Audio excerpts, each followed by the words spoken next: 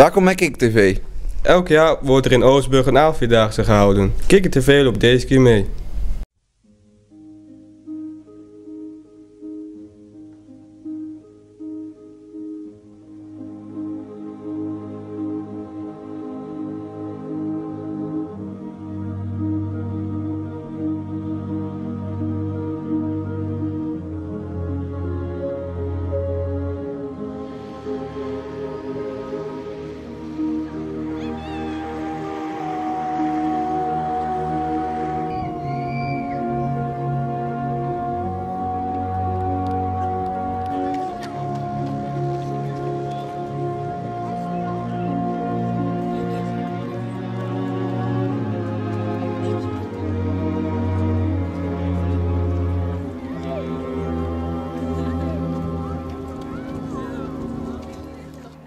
Ik ben Emma en we doen mee aan de Vierdaagse omdat het is gewoon leuk en het is gezellig en het gaat natuurlijk om het lopen.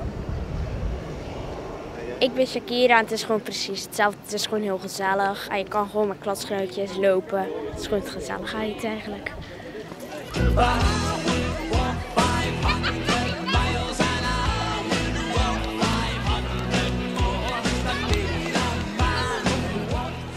Ik loop de 10 kilometer. Ik ook. Oh, dat is een heel eind lopen. Ja. Ik heb vorig jaar ook al de 10 kilometer gelopen, dus was het al gewend. Nee, ik heb vorig jaar de 5 gelopen. En viel het mee om nou de 10 te lopen? Ja, het was wel een eind ver, nu de 10 kilometer. Maar het was wel leuk.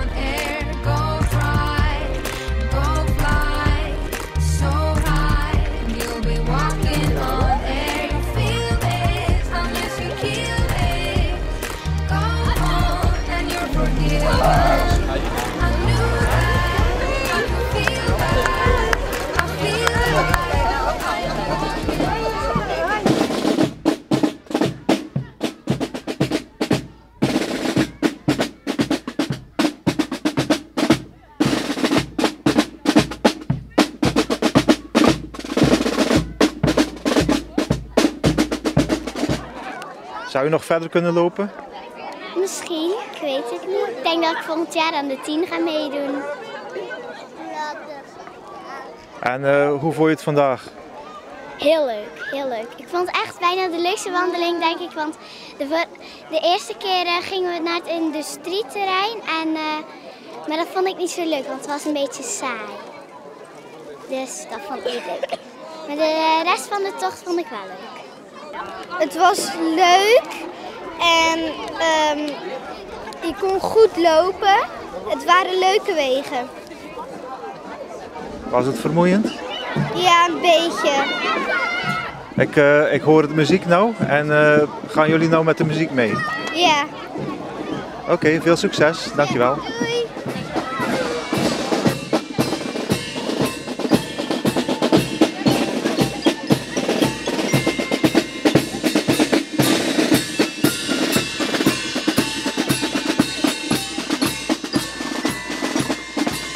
Ik ben Werner van Pamel, ik ben groepsleerkracht op openbare basisschool de Berenburgt in Oostburg.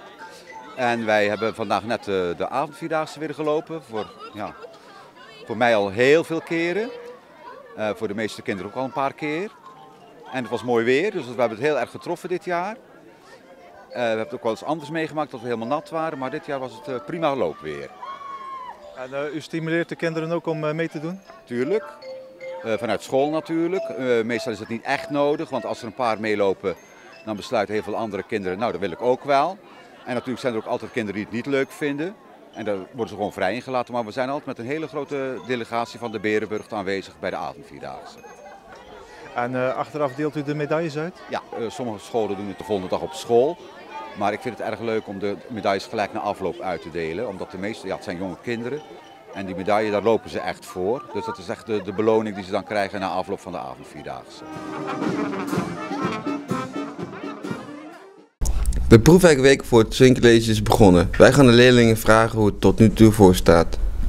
Deze week gaan wij het hebben over de proefwerkenweken in het Swingcollege. We gaan aan de mensen vragen hoe ze de eerste dag van de proefwerkenweek vonden.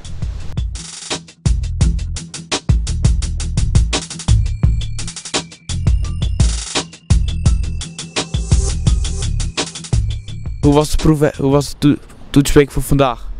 Dat was best wel moeilijk. Biologie en het waren moeilijke vragen waarbij je veel moest nadenken en eigenlijk ook veel kennis moest weten. Heb je goed geleerd? Helaas niet, niet voor deze toets, niet echt. Ja. Hoe was de proefwerkenweek voor vandaag?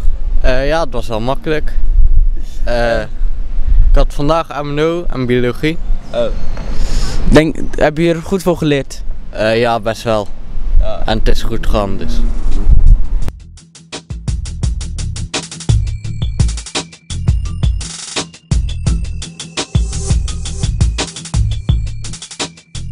Heeft u ook vroeg proefwerkenweek gehad? Ja, kijk, iedereen kreeg proefwerkweek. Alleen misschien was die tijd misschien toch anders dan tegenwoordig. Maar het was net zo spannend, denk ik. Ja. Welk vak vond u het allermoeilijkste toen? Ja, moeilijk. Ik denk misschien alle vakken wel een beetje. Maar als je goed leert, dan komt het vast wel goed, denk ik. Daar zit heel veel in. Heel veel goed voorbereiding. Dan moet het eigenlijk een appeltje-eitje zijn.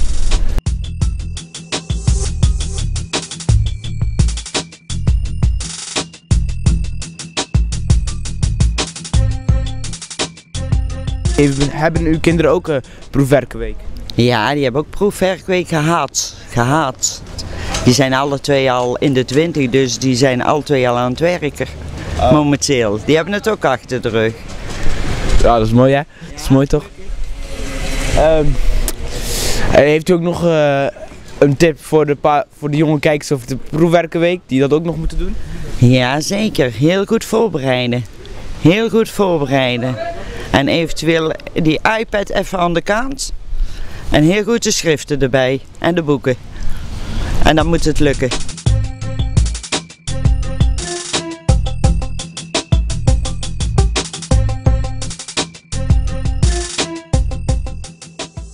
In heel Nederland is er een buitenspeeldag. Wij gaan de kinderen vragen wat ze buiten doen en of er genoeg ruimte is om buiten te spelen.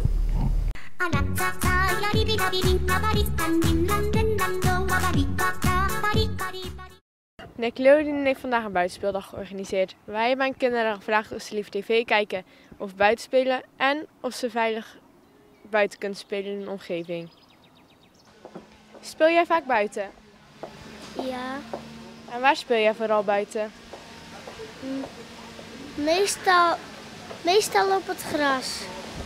En wat doe je zoal als je buiten aan het spelen bent? Meestal voetballen. Ja, ik zou wel willen dat er meer plekken is om te voetballen. Of een voetbalkooi of zo, waar je kan voetballen. Dat je geen ruiten meer kan intrappen of zo. En waar voetbal je het meest? Hier op het schoolplein.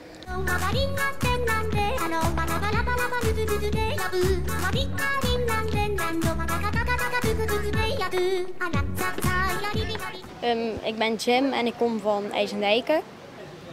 Vind je dat er in IJsendijken genoeg speelruimte is voor kinderen?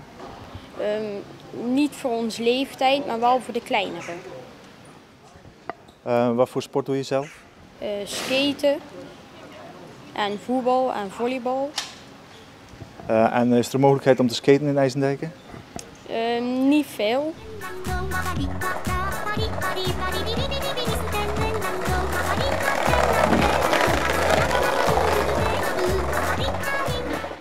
We hebben ook handtekeningen ingezameld en ja, geld ingezameld. En dat is nu al een paar jaar geleden en ze zegt wel van daar en daar komt het, maar het gebeurt niet.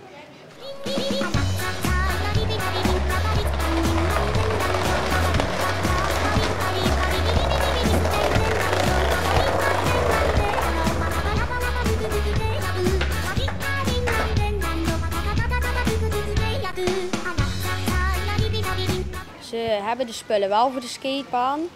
Maar waar we nu skaten is te veel vrachtverkeer, dus is het niet zo veilig.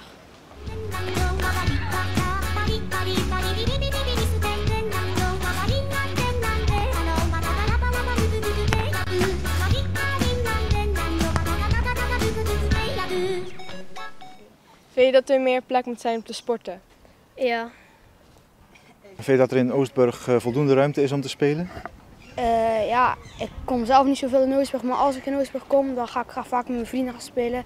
En dan vind ik dat er zelf genoeg ruimte is. Heb je wel eens eruit ingetrapt? Ja. Vertel. Dat is heel lang geleden. Dus dat was nog best wel klein. En waren de mensen kwaad? Ik weet niet. Mijn ouders wel. Let jij op wat je eet en let je ook op wat voor producten je koopt? Wij gaan op onderzoek uit en vragen de mensen op straat of ze de schijf van 5 kennen. Gezond eten, wat weten de Oostburgers ervan? Wij gaan het eens vragen.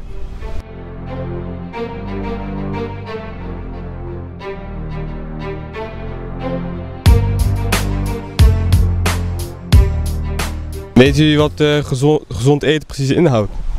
Ongeveer wel, ja. En vlees, afwisselend eten.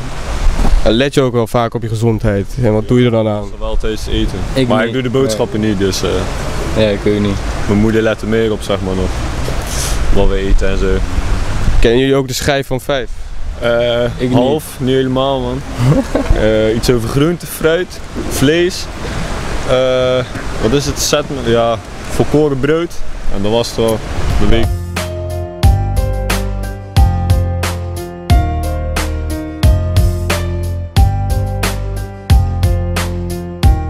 Let u ook op uw gezondheid? Ja, daar zijn we wel een beetje mee bezig. En wat doet u daar precies aan dan? Sinds kort gestart met een project van mijn werkuit. En dat heet Beter Leven. En dat Beter Leven houdt in dat je vaker in de week gaat sporten. Daar krijg je adviezen van de diëtisten en je krijgt begeleiding van een personal trainer tijdens het sporten. En die diëtist die geeft je dus een heel aantal voorbeelden van wat je kunt doen om verantwoord te eten. En daar krijg je hele lijsten van. En met die lijsten, ja goed, als je gaat boodschappen kun je inderdaad producten nemen die eigenlijk heel gezond zijn zonder dat je eigenlijk daarvan te veel aankomt.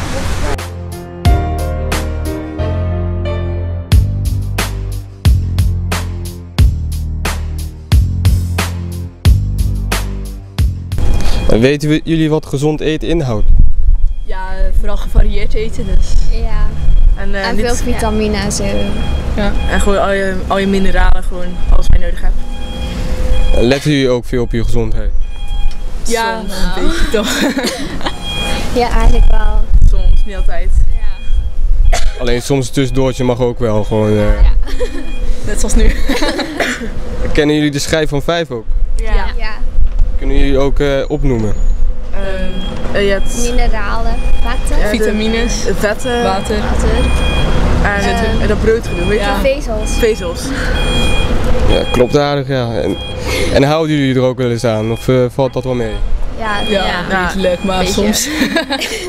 Ik eet meestal waar ik zin in heb en dat is meestal goed. Dat is meestal gewoon gezond. Ja, je komt er wel aan, denk ik. Ja.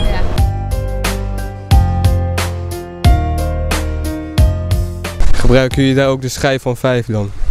Ja. We ook altijd iedere dag dat we zorgen dat we alle producten van de schijf van 5 binnenkrijgen. Ja. Dat vind ik wel heel belangrijk. En vooral omdat je toch wat ouder wordt en dan moet je toch meer bewegen en ook wel verantwoord eten. Dat vinden wij wel heel belangrijk. De schijf van 5 proberen we dus in elke maaltijd die schijf van 5 in te leggen. Dus dat je altijd wat aan groenten, vezels, eiwitten en al die producten, dat je in ieder geval allemaal per maaltijd allemaal binnenkrijgt. Het valt niet altijd mee, maar we proberen het wel.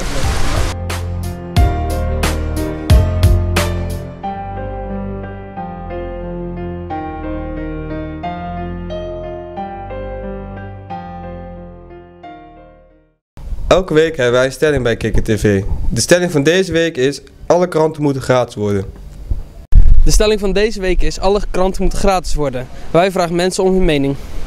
De stelling van deze week is: alle kranten moeten gratis worden. Wat vindt u daarvan?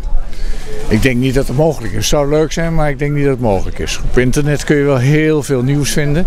Maar ik denk dat journalisten toch moeten betaald moeten worden. En dat er alleen maar uit advertenties is, dat wordt het niet objectief genoeg.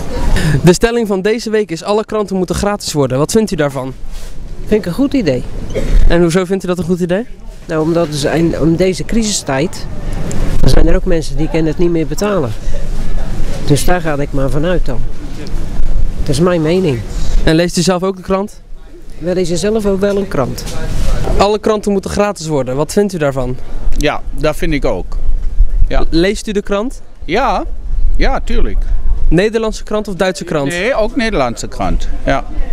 En vindt u dat de Nederlandse en de Duitse allebei gratis moeten worden? Ja, is best wel goed voor alle twee dan, ja. Dus heb je gewoon gratis informatie? Ja, dat vind ik heel goed. De stelling van deze week is: alle kranten moeten gratis worden. Wat vindt u daarvan? Ik denk dat het een onmogelijke zaak is. En waarom denkt u dat? Ik denk dat jij ook niet voor niks gaat werken. De kranten moeten gemaakt worden. Er moeten verslaggevers zijn, journalisten. En ja. Maar zou u het wel leuk vinden als de kranten gratis zouden zijn? Uiteraard. De stelling van deze week is: alle kranten moeten gratis worden. Wat vindt u daarvan? Dat vind ik echt onzin. En waarom vindt u dat onzin? Omdat elk nieuwsverzameling kost geld.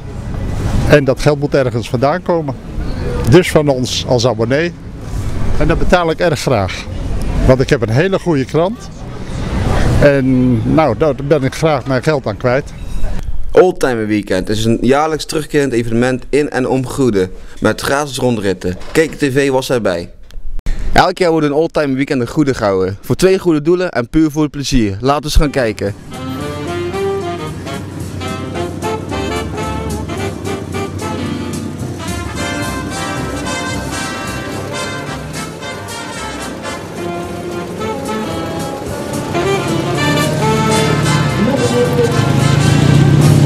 En dan komt er weer een beetje jeugdsentiment naar voren. Mijn vader reed op de Noordton met achterop een grote mand waarin brood zat. Het Oldtimer Weekend Goede, dat is dus een stichting ondertussen. En dat is nu voor de 7e maal dat we dat organiseren, de 7e jaar. En het wordt elk jaar gigantisch, elk jaar groter. We hebben 2 maal zoveel deelnemers als vorig jaar. En mijn gasten uit Batisch Limburg, ik ben hier met 14 auto's. Dat zijn allemaal rond het bouwjaar 1930. En de andere 76 auto's. Ja, gisteren waren er 76 aanmeldingen. Dus ik denk dat er wel eens ongeveer zoveel. En waarom een Goede? Waarom moet het een gouden Goede? Waarom dat gehouden wordt in Goede? Nou, ik ben van oorsprong garagist. Oké. En ik heb altijd wat met oldtimers gehad natuurlijk. Ja. En is er iets aan gekoppeld aan een Oldtimer Weekend in Goede? Een rondrit. Een rondrit. Dus men heeft de burger oldtimers die rijden een rondrit. Ja. Die kregen in Breskes een middagmaal. En een burger oldtimer, was dat? De civiele oldtimers. Oké, ja. De burger oldtimer. Maar gisteren hebben we namelijk een militaire oldtimerdag gehad. Ja. En dan hebben we dus de motoren, die staan daar opgesteld. De motoren, ja. De BSA en de Triumph en de Honda en de boel. Oldtimer motoren, daar zijn er ook een 25-tal van. En dan hebben we nog bromfietsen, daar zijn er ook een 30-tal van. Oude bromfietsen, 50ers, uit de jaren 50. Ja. En dan hebben we nog 42 fietsers in klederdracht uit de jaren 30. En die staan allemaal opgesteld hier rond de kerk, die lopen daar. En is het voor een doel? Ja, we hebben elk jaar hebben we dus een goed doel. En naar waar gaat dit jaar het doel? Dit goed doel is het voor de voedselbank.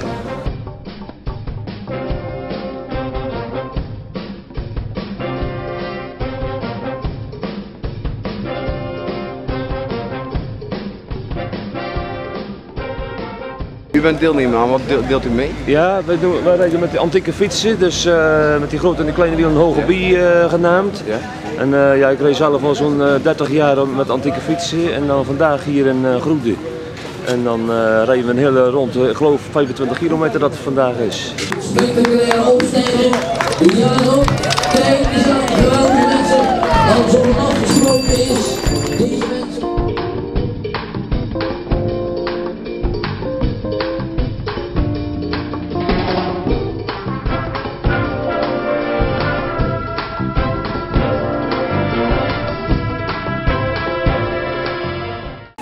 Waarom organiseer je Oldtimer Weekend in Goede? Het is begonnen met omdat ik zelf oldtimers heb. Ik heb 2 oldtimers. Een vriend van mij, Henk Riceeuw, mede-organisatie, ook in het bestuur, heeft ook oldtimers. En daar zijn we mee begonnen met een rit uit te zetten om de school in Groede te ondersteunen. Dat was toen een hele oude school, een Stomenschool. Dat was een actie om een nieuwe school en uit die hoofden is het ontstaan om een oldtimerrit in Groede te organiseren ten bate van de school. Het volgende jaar daarop, het was zo goed bevallen, met zoveel animo, dat we het jaar erop weer eigenlijk ervoor gekozen hebben om het te doen. En toen hebben we de kerk hier als goede doel benoemd. En op die manier is eigenlijk het goede doel aspect en oldtimers in Groede ontstaan.